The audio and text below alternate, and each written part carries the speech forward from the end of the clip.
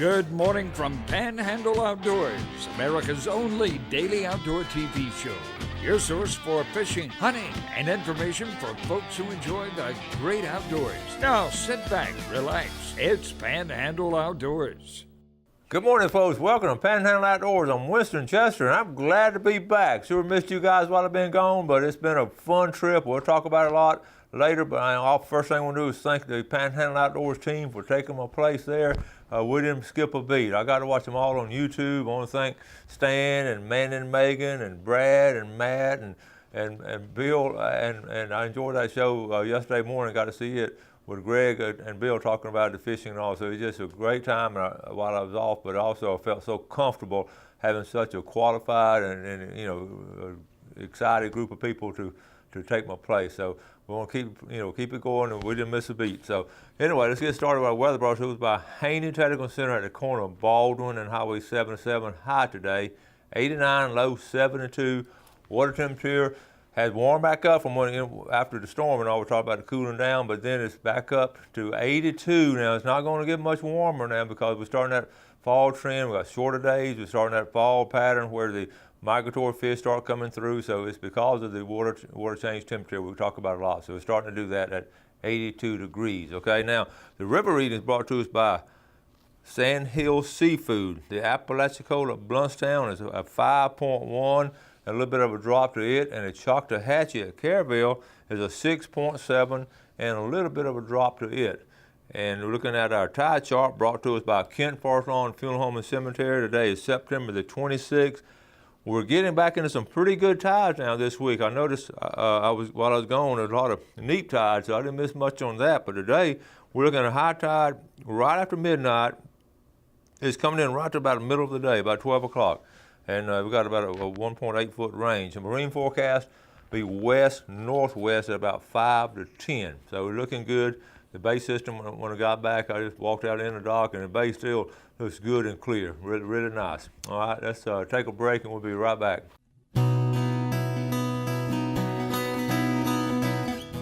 Okay, welcome back. We're going to try to get caught up on pictures. We probably won't get them all in today. I'm going to try to space them out, but let's get started on it right now. Remember when I had Lydia Graff on the show before I left on the trip? Lydia, lives way out there in Libby, Montana, and she was on the show. Here she is right here. I'm going to read your email she sent back. Hey, Coach, I made it home safely. Thanks for prayers, and of course I had to celebrate my homecoming with a trip to the falls. Didn't seem to be as many salmon this year, but there was definitely some big ones. Probably going out again. So she went snagging. Remember she talking about snagging those? So she sent some pictures. Now, does that not look like fun? Wow. This is where she lives, right out here. And this is the area they throw in that treble hook out there to catch the fish. And here's one she caught right here. Look at the red color on them and all. That's a good tasting fish too. And that's what, look at there. Nice one. Okay, thank you for sending them in. This is a finished product. This is how to cook them up there in Montana. That look like fun. Okay, so thank you, Lydia, and we're going to get back with you. And she said she just had a great time. So down here on the trip. Also, the Saturday I was gone, the big cleanup over here at Apalachicola National Forest was the Southeastern Outdoor Dog Hunters Seasons of Hope. There was a crowd of about 63 people that signed in and took part. So you can see the big bags behind them, and they took a lot of trash out of the Apalachicola National Forest. And congratulations on a good deed and a job well done to that group of folks there. We all get this feeling. Sometimes I just want to shut off my cell phone, sell my car, move to a cabin in the woods, and live off the land. And when you go to Venice, Louisiana, you're doing a lot of that, just about it. All right. Got it. Okay, out of Weewall, Jamie Smelco Ross. A nice mess of brim. This time of year, folks, you catch some nice fish on the river system. I thought this was cute. This is true. My last year teaching, Alexandra Garza and her boyfriend Anderson Howard, and they wrote this sweet little note. Thankful for Outdoor Ed for giving us the inspiration to go camping together. That's two nice young people right there, and they were really good students. I'm glad to see them enjoying the outdoors, and good luck to you. How about this one? Tanner, okay, Justin Swift. All right, they're nice, a bunch of hogs here. This is Chris. I want to just show y'all Chris, but Chris is one y'all deal with when you go down to Tarpon Rock Seafood. It's Chris, all right, Chris Davis, and that's his wife and little girl, and they got another baby on the way, but I just want y'all to, I'm sorry, Clay, Clay Davis, okay, not Chris. Clay Davis, and Clay was one of my former students, good baseball player at Mosley High School, and has a beautiful wife, and they expect another kid, so I just, when you go down to Tarpon Rock, you're looking for Clay Davis. Okay, I just showed that one. Listen, I did get a scalloping report real quick, Brooke Moulton Lloyd, George and Jim Lloyd, and they did go down to St. Joe Bay Saturday, and they had a good trip. I got a couple of pictures here, and I was really impressed with the size of them. Tarver right there, little sweet girl. That girl is growing, my goodness. And then look at the size of them. Here's a note she sent to me. Winston, get over to St. Joe. Come to eat dinner with us. I may do both. They should always open the season this time of year. You know, we've talked about that on the show from day one about starting the season later because look how big they are. And that's good. Thank you, Brooke, over there at Patronus Elementary School, the principal. And here's the size of them. This is another group, Andrew Alexander. A nice bucket full of scallops there at St. Joe Bay. All right. Now, also, if you're down there, Blue Water Outriggers had a couple of things on sale. I was just going to show you the diver's mask and everything. $19.99, folks. You can use those a couple of years and throw them away. I mean, but those are good. That'll last a lot longer. So. And also, you want to buy your girlfriend right here scallop shells, earrings. You don't get that down here at the bottom. The mesh bag, you can never get enough of these mesh bags. $2.99. Anyway, that's that Blue Water Outriggers. The Emerald Coast Pro Redfish Series is this weekend. I want to talk about it really quick. It's going to be out here. It's brought to us by several different people, several different organizations. The captain meeting will be at a shrimp boat on Beck Avenue. The registration begins at 5 p.m. And then a dinner and a mandatory captain meeting. That's on this Friday. And the tournament will be out at St. Andrews Marina at the Courtyard of Marriott is our host hotel. So anyway, it's called the Emerald Coast Division of the Redfish, the Florida Pro Redfish Series. That's Mark and Michael Coward and a lot of and Fred Myers and all those guys will be fishing. So listen, this weekend there's two tournaments. You got the redfish tournament this weekend. You got a speckled trout tournament this weekend. So it's gonna be crowded on the bay. So you might want to go early. And here's the trout tournament I just mentioned. We've talked about it before. Just wanted to run it by you again. And don't forget the captain. This is first annual Seasons of Hope Trout Tournament. And this is going to be their captain meeting going to be from 4 p.m. to 8 p.m. at Watson's Landing. Okay, so we've got all that squared away. So anyway. So catching up with more pictures, I got a lot more. We just have to stop it there for this segment. I do want to go ahead and add a name on here. While I was going, someone entered the contest. I want about YouTube viewers, Jeff Todd from Boaz, Alabama. So Jeff, we're going to add your name on here. It's never too late to win something, and we appreciate those YouTube viewers. They're getting more and more, and they enjoy it. They get a lot to keep up what's going on down here. All right, let's take a break, and we'll be right back. All right, welcome back. Let me talk a minute about a trip and all. First of all, I want to thank Nat Harris and Billy Brown. Billy put on the trip. Nat gets me connected with them, and good viewers and good men and good fishermen, and we had a great time.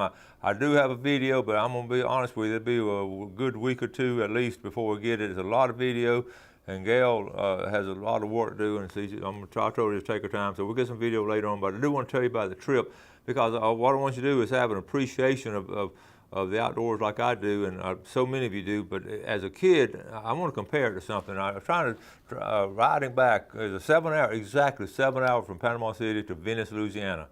And riding back, I was thinking about how I could explain it to some of our viewers and all, and try to get a message across about what a neat place it is. And the best thing I come up with, I was thinking about when I was a kid. Dad would say, all right, we're going down to Whitehead down to Theologian next Saturday to be ready. So I knew when I was a kid, I knew we were going to Theologian, Florida. We're going to Whitehead's fish camp, and that was, as a kid, it was like the end of the world to me, because the woods and all down there, there's nothing but nature, a dirt ramp, and Aubrey Whitehead, and just good fishermen. And the only reason you went down there was to go fishing or squirrel hunting. So as a kid, it's sort of my destination, a place in the middle of nowhere, and I just loved it. Well, if I could explain to you what Venice, Louisiana is, it is a Teloja, Florida on steroids, because Venice is the same way. It's 2 hours south, and we go down there, and the only reason you're going to go down there, if you don't work on oil rigs, of course, you go down there and work on oil rigs offshore. But the only reason you go down there is to go fishing. There's no shopping. There's no restaurants. There's there's $1 store, and it is just a bunch of fishermen from all over the place. Across the road, a group from Oklahoma was over there, father and son and nephew, and people just come in from all over the place to fish. And the reason they do because the fishing is so good. But I was trying to compare. I wrote down some notes in comparing it. Plus, it's pure nature. I mean, Teloja, Florida was just pure nature, woods and creeks and all. Venice, you get out there into the marsh, and then you get out there into the Gulf and off the Mississippi coast. And another thing, when I went to Teloja, I didn't have to do anything but just relax and fish and relax. I mean, there was nothing else. When we go to Venice that whole week, I was telling Jeff, we didn't even turn the TV on. We stayed in cabins, and a group of us, and it was so nice. And when we wasn't fishing, we sat around and talked, and had the fans blowing. It really was some quality time where people love the outdoors. And another very, very similar comparison, you catch fish. And we never went to Teloja without catching a boatload of fish. You never go to Venice without catching a boatload of fish. And it is a lot of fun. So you go there for that. The only difference, I was thinking, the only difference is now, I would live in Teloja, Florida, but I don't think I want to live in Venice unless I'm a full-time fishing guide, because you're almost below sea level in a lot of the places. So anyway, really neat place, and I'm going to show you some video. In fact, I got a couple of pictures real quick from the trip. I'm going to just sort of go through them fast because I don't want to spend a lot more time on it. Here's our captain. We had a really good captain this year, getting live bait. You can see the live bait there. These are phone pictures. That's the oil rig. One thing we did, folks, we fished that oil rig. That's the only place we fish. We didn't move around anything all day. We fished that oil rig. And that's our first tuna. And here's our catch right here, a group of guys I fished with. That was six, our group caught 6 tuna, all of them in 80 and 90 pounds. And they were a lot of fun. There they are right there. That's a lot of good fish right there. That's the big one I caught. And that's my framer from that trip right there. And I fought that one from beginning to end now. I was real proud of that. But anyway, the Venice trip is really good. One of the things I want to mention too, when you go off on a trip like that, we meet all kind of people. The deal was that Billy Brown had this equipment, lawn equipment they manufacture and farm equipment they manufacture up here outside of Dothan, Alabama, around Pinkard. If you know where Pinkard is. And he has about 22, 25 people working for him, but they distribute across the country. And this is a reward to those distributors that sell a lot of his products, So he puts a contest on for them, and everybody, if you sell so many units, whatever, you get a free trip to Venice, Louisiana. So that was a deal there. And so every year I meet some of the neatest people, and this year was no exception. On my boat there was a group of guys from Pennsylvania, around Harrisburg, Pennsylvania, and they love the outdoors. And then on another boat, but stayed at the same cabin. We had a cabin complex of 4 cabins, so we all spent a lot of time.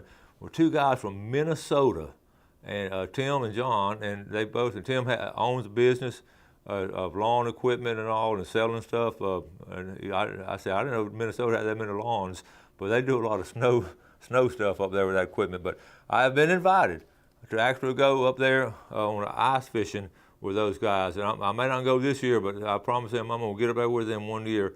And that's one of my bucket lists, to go ice fishing. It don't sound very exciting to a lot of people, but it's just something different I want to do. But the quality of people and quality of outdoorsmen is always fascinating to me, the ones we meet and all. So I do want to throw that out there at you. And it could be on any trip. You go down to the Keys or any outdoor trip, you meet some other outdoorsmen who really love doing the same thing you're doing. And the boats, we took out 3 boats, 34-foot, contender center console, and we went last year we were about 52 miles out. This year we found those tuna on that rig is only 30 miles out, so that wasn't a long trip at all. And one thing too, there's fishing, and then there's tuna fishing to me. And when I mean it up here at another level, it's a fight in that particular fish. I catch all kind of fish, and they all fight good. But the tuna just never gives up. I mean, that tuna, it takes an average of about 45 minutes to get a 60 to 80 pound tuna in the boat. and that's it's a struggle with it as far as fighting it and everything, and then move around. And there's 3 or 4 other boats out there around that rig, and they all sort of know each other, and never any kind of conflict. I mean, they know each other. It's a big place out there, so we never get close to anybody. So it was a really great trip, and like I say, the video will be coming up, and I'll get it to you in say a week or 2. But it's really good stuff. So I just want to share that with you. So let me go ahead and take a break now, and I'll be right back. All right, welcome back. Let's look at our fishing game times for today, brought to us by Blue Water Outriggers, 5:19 a.m. to 7:19 this morning. This afternoon from 5:43 to 7:43. I thought it was interesting what Greg Brudnick was talking about yesterday about how the bay cleared up and that fishing trip. He went over to Dad's house, and Dad was asleep, so he went fishing by himself. I thought to myself, that's probably a rerun from many years ago when Greg's dad went to wake him up. He was probably sleeping as a kid, and Greg's dad went by himself, so he's getting a payback now. But I know the next day they went. His dad saw the pictures of those fish, and they had a good time. But he talked about how clear the bay was. That was a good little clinic yesterday on how to bait fish with those bait, with a top water and suspended bait. And that's really good. I do want to mention this too. When I got back, Gail always has my newspaper stacked up for me, and I just like to go through them because, like I said, I was on the other side of the world, I felt like. And I did look, the Liberty County Journal, I tore this out last night, Liberty County Journal, there was a Alpha teen hurt in an ATV accident, and I wanted to mention that because this is the time of year so many folks are getting outdoors now on ATVs and doing all kinds of different things. And a lot of times, it's reckless driving and this and that, with teenagers and all, but sometimes it's pure accidents. And I always like to read the details. I was reading details on this, and this young man, like 1:30 in the afternoon, he collided with a section of a utility pole that was on the ground and obscured by tall grass. And that's really not reckless driving or anything like that. It just, the pole was in there in the way, and he hit it and flipped over. He was in serious condition. So, be careful with that kind of stuff. It's ATV season, maybe. I did want to mention that. Now, I also ran across, catching up on my email, and I saw something on FWC. We're going to try, FWC wants your input, so I'm going to show you. You can go online at FWC, and all you do, you hit this little site right here. I'm going to try to do it here online. The group that takes their surveys is surveymonkey.com. Okay, so I'm going to, they want public comments on rule change proposals for 2018 and 2019. It's just something, I mean, I'll get the internet header. I bet I need to do that on phone. Okay, I think I can get it. So anyway, I previewed it last night, and there was one rule change I'm definitely in favor of. Categories of pros, let's see, I want to go to the Northwest region. See, that's the Northwest region management areas, okay? So now you can do this. So I'll go down to them, and then you start scrolling through all these, and I mean, there's a bunch of, these are just proposals, and I just thought, these are all in the area. Econfina, Eglin. Now, I like the one on Eglin Wildlife Management. See, I'll put it right here in the middle of the page. Eglin Wildlife Management, I know that's not a big deal, but they established a wild hog dog season, okay? But I went back up here. One of them was going to, the different things right here, right in the middle of the page where it says Blackwater Wildlife Management Area.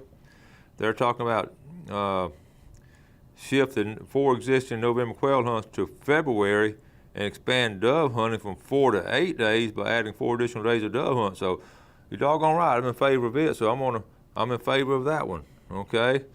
And Chipola River Wildlife Management Area, right below that, expand general gun season from 28 to 35 days. Heck yeah, make that longer. And some of these really won't affect some of us, but if you're in that area, it's really good. One of them was on adding, limit camping to 14 days with any consecutive 30-day period. I don't know about that. I'll let them decide that. And different things expand. Okay. Oklahoma, they allow the use of crossbows during spring turkey season. All right, here's one I want to get to. Pine Log, right in the middle of the page. Pine Log Wildlife Management Area. I love this one. Allow northern bobwhite. They probably can't read that, can they? Okay, I'm going to read it to you. Allow northern bobwhite to be released and taken by shotgun during the small game season. Yes, a daily no-cost permit and proof that northern bobwhite white were purchased within the past 90 days from a game farm license. So actually you can buy your own quail, put them in there. Right, so I'm in favor of that one. So I'm gonna go down here and hit, and I'll submit it and everything. So anyway, you go online to the FWC website and look those over. But those are all, the three I've marked are all positive things as far as the outdoorsmen all getting everything taken care of. So I do want to mention that. And also on tomorrow's show, I'm going to have Travis Bassford on. It's his Wednesday to be on, the fourth Wednesday of the month, and we'll talk about a lot of things going on in the outdoors as far as water and also on some of these rule changes and everything. So I will take care of that. So anyway, start wrapping things up. I wanted to make sure that you know I'm glad to be back. And again, I want to thank those folks that did the show for me. It was an excellent show. If you don't get a chance to watch them on YouTube, you don't need to, but if you're out of town like I was, it's so easy to catch up. Jeff puts them on YouTube about 9 o'clock every morning. It means a lot to us, and we got viewers from all over the place, so they'll watch it. So anyway, and also on the drawing, I got the winners of the drawing right here. I got tickled this morning. It was Shipley, Youngstown, and Freeport, 3 different communities on the winners of last week. So we appreciate it. Got all kinds of good things going on this week. Now this weekend, you got the tournaments, the speckled trout tournament. I haven't even mentioned dove season. I saw some pictures. There was not a lot of dove taken, I don't think, from the pictures I've seen. I'm glad I wasn't here this past on Saturday, because I would have had an agonizing decision whether to go dove hunting or scalloping, and I just would have just stressed myself out. So I'm glad I was way off somewhere. But the weekend, you got the same situation. You can go scalloping trip and go quail, dove hunting, or you can go to the trout fishing in the tournament. I got the weigh-in Saturday afternoon. All kinds of things are happening here in the Panhandle. So and also freshwater fishing. You see it's picking up. It's gonna be some good brim caught this weekend. All right, gonna wrap things up. Glad to be back at home, and glad to have y'all be back in y'all's living room and all. And I appreciate you watching the show, and thank y'all for supporting our sponsors. You have a great day, and as always, do something good for your fellow man, and God bless. Thanks for watching America's only daily outdoor TV show, Panhandle Outdoors with Winston Chester, featuring hunting, fishing, and other activities and information to help you enjoy the great outdoors. Join us next time for Panhandle Outdoors.